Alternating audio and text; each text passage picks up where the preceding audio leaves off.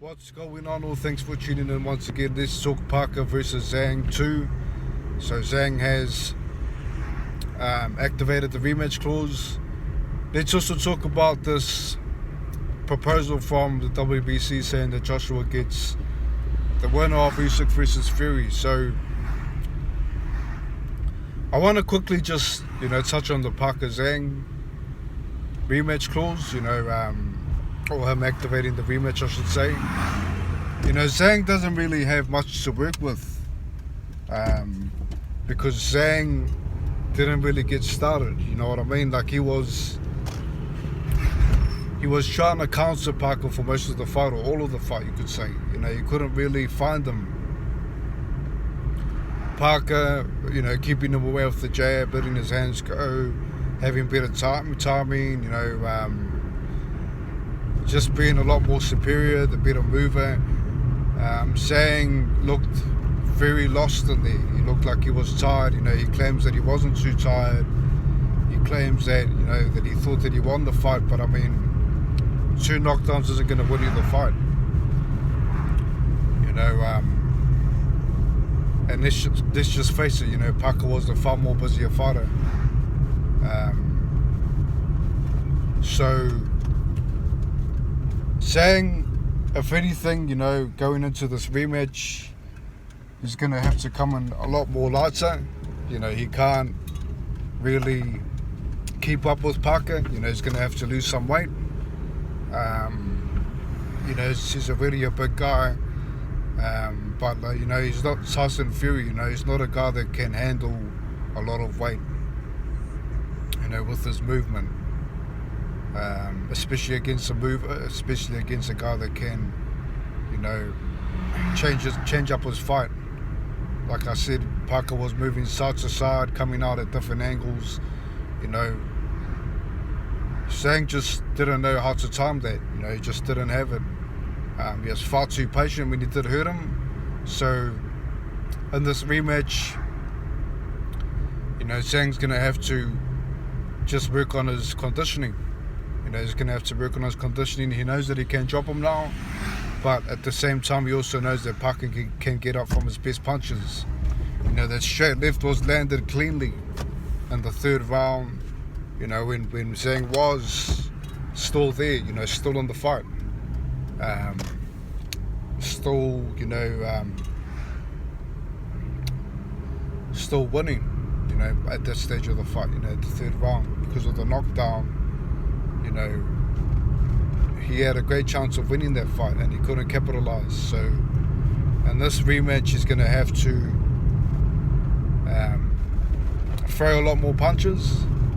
It's not gonna work just trying to time Parker with one punch. Especially if his timing's off, especially if he doesn't have the quickness to do it. This isn't a guy that's that's gonna just land a home run. It's not gonna work against a mover like Parker. So he's got to be prepared to throw a lot more. And I mean, mind you, he's fighting him immediately, so I mean, it's not going to be a lot of time for him to prepare for that in terms of getting his fitness at 100%. Understand that Zhang, I believe, is also turning 41.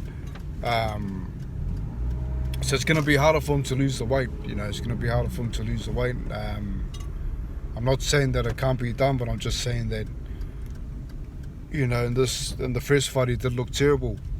His conditioning really did look bad. So I mean, good on Zhang for taking the rematch. I think that he does have a chance against Parker, of course. Puncher's chance.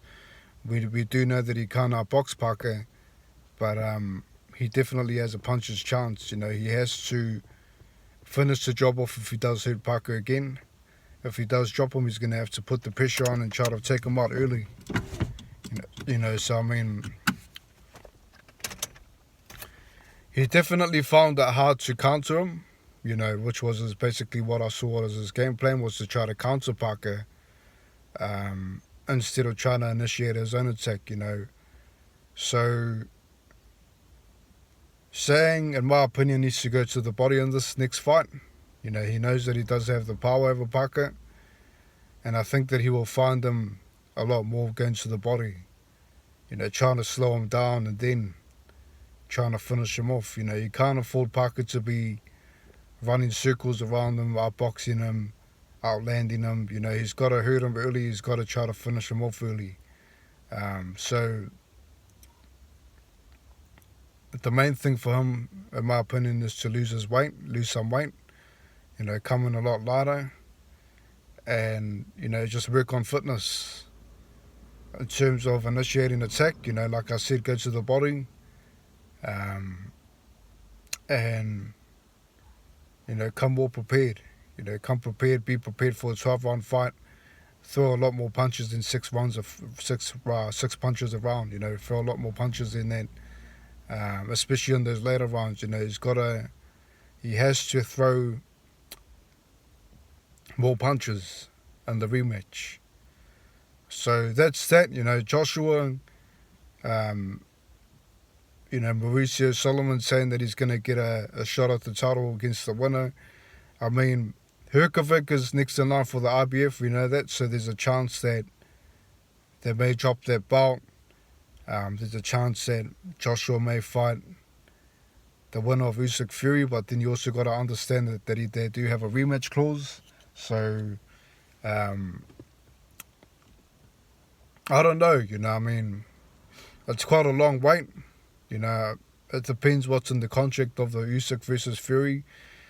Sometimes they have rematch clauses where the immediate rematch, they don't have to give that. We had that in the Joe Joyce versus Zang fight.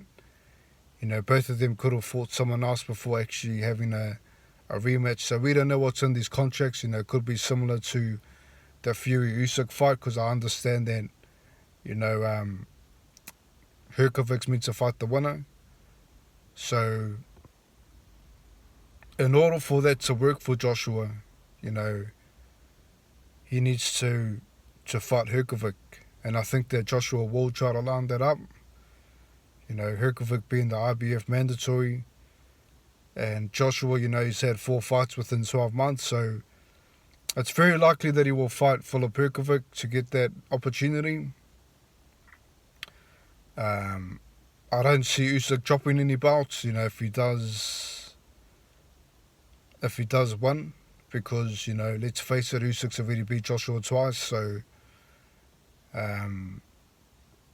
Tyson Fury, he may drop the belt, who knows. So I mean,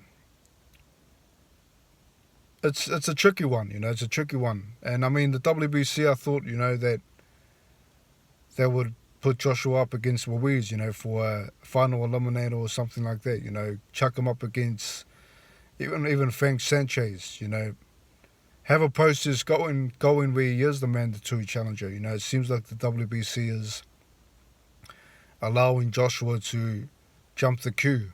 I mean, in my opinion, Frank Sanchez, even Joseph Parker, he could be another guy that could be more deserving of a title shot than Joshua.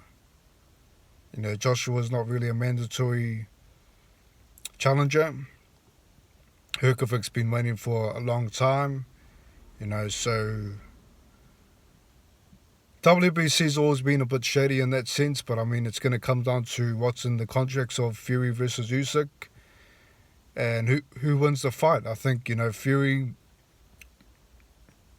has a lot on his plate, I understand he's a favourite, but I think that Usyk,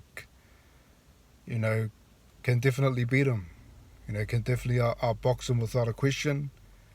I think Fury's going to need the knockdown 2 win. I definitely will do another breakdown on that before the fight, but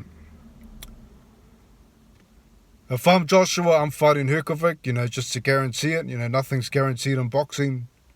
So, I mean, to just eliminate that waiting process, being as active as he is, as sharp as he is at the moment.